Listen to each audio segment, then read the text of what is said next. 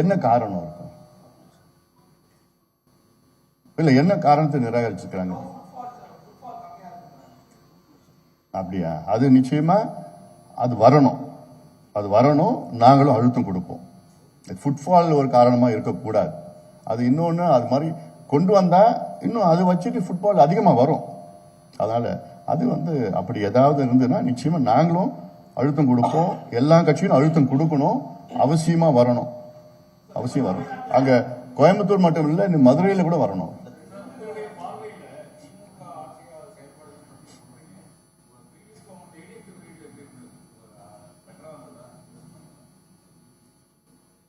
இல்லைங்க, அது அட்லீஸ்ட் ஏடிஎம்கே பீரியட்ல பாத்தீங்கன்னா சொன்ன அவங்க இந்த மாதிரி பொய் சொல்லல. நாங்க அதுதானே சொல்லிட்டு இருக்கிறோம். எவ்வளவு வந்ததுன்னு சொல்லுங்க, அதான் நான் கேட்டுட்டு இருக்கிறோம். ஏன் பொய்ய சொல்றீங்க? பொய்ய சொல்லி ஏன் மக்களை திசை திருப்பி மக்களை ஏமாத்துறீங்கன்னு கேட்கிறோம் நாங்க. I don't want to compare between that and this currently. But ஏன் இப்ப எல்லாமே வெளியில போறாங்க? ஏன் ஆந்திராவுக்கு போறாங்க? ஏன் தெலுங்கானாவுக்கு போறாங்க? சுந்தர பிச்சை ஏன் தமிழ்நாடு அவர் சொந்த மாநிலத்தை விட்டுட்டு ஏன் ஆந்திராவுக்கு போறாரு? அதுவும் 1,20,000 crores இன்வெஸ்ட்மெண்ட். ஆந்திராவில் பார்த்தா சமீபத்தில் இன்வெஸ்டர் மீட்ல குவாண்டம் சிட்டின்னு அமராவதியில் என்னென்னமோ எங்கெங்கயோ போயிட்டாங்க. அவங்க என்ன லெவல்ல இருக்கிறாங்க தெரியல. குவாண்டம் சிட்டி, அதுல குவாண்டம் ஏஐ சிட்டின்னு சொல்லிட்டு அவருடைய ட்ரீம். அது வேர்ல்ட்ஸ் பிக்கெஸ்ட் ஏஐ சென்டர் மாதிரி அவங்க பேசுறாங்க. அதெல்லாம்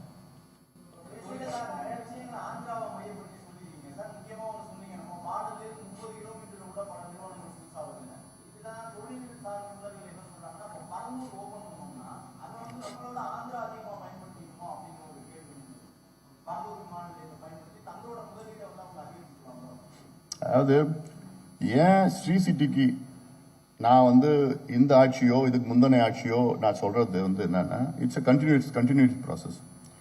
இப்போ ஒரு உதாரணம் அந்த ஃப்ளைஓவர் ஒன்று நம்ம ஒரு ஹார்பருக்கு போல நம்ம என்ன ஃப்ளைஓவர் மதுரவாயில், ஆமா, அது கிட்டத்தட்ட 19 கிலோமீட்டர்ஸ். அது கட்டியிருந்தாங்கன்னா முடிச்சிருந்தாங்கன்னா எல்லாரும் எண்ணூருக்கு நிறைய போயிருக்கோம். எண்ணூருக்கு மட்டும் இல்லை, நம்மளுடைய ஹார்பர் ரெகுலர் ஹார்பருக்கு ராயபுரத்தில் போயிருக்கோம். இது இல்லாத காரணம் கிருஷ்ணப்பட்டினம் போர்ட்டுக்கு நிறைய போயிட்டாங்க. ஆந்திராவில் கிருஷ்ணப்பட்டினம் போர்ட்டு இதுக்கு அது கனெக்டிவிட்டி இல்லாத சூழல்ல இப்போ கொஞ்சம் வந்திருக்கு. இப்போ கனெக்டிவிட்டி கொஞ்சம் வந்திருக்கு. இது ஒரு காரணம். இது கண்டினியூஸ் ப்ராசஸ் தான் இதுலயா இருக்கு. அது இல்லாம ஆந்திராவில் ஸ்ரீ சிட்டியில நல்ல இன்ஃப்ராஸ்ட்ரக்சர் இருக்கு, டாக்ஸ் பெனிஃபிட்ஸ் இருக்கு. அவங்க கரப்ஷன், இந்த மாதிரி கரப்ஷன் அங்க இல்ல. அதான் ஒரே ரீசன் அங்க போறாங்க, எல்லாமே போறாங்க அங்க. இங்க நீங்க ஒரு ஏக்கருக்கு எங்களுக்கு எவ்வளவு கொடுக்குறீங்க? அதை கேட்கறது அதான்.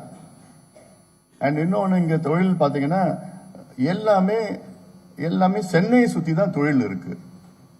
ஏன் நீங்க தருமபுரியில சிப்காட் தொடங்குனீங்க, 1200 ஏக்கர் இருக்கு. அங்க எவ்வளவு இன்வெஸ்ட்மெண்ட் வந்திருக்கு?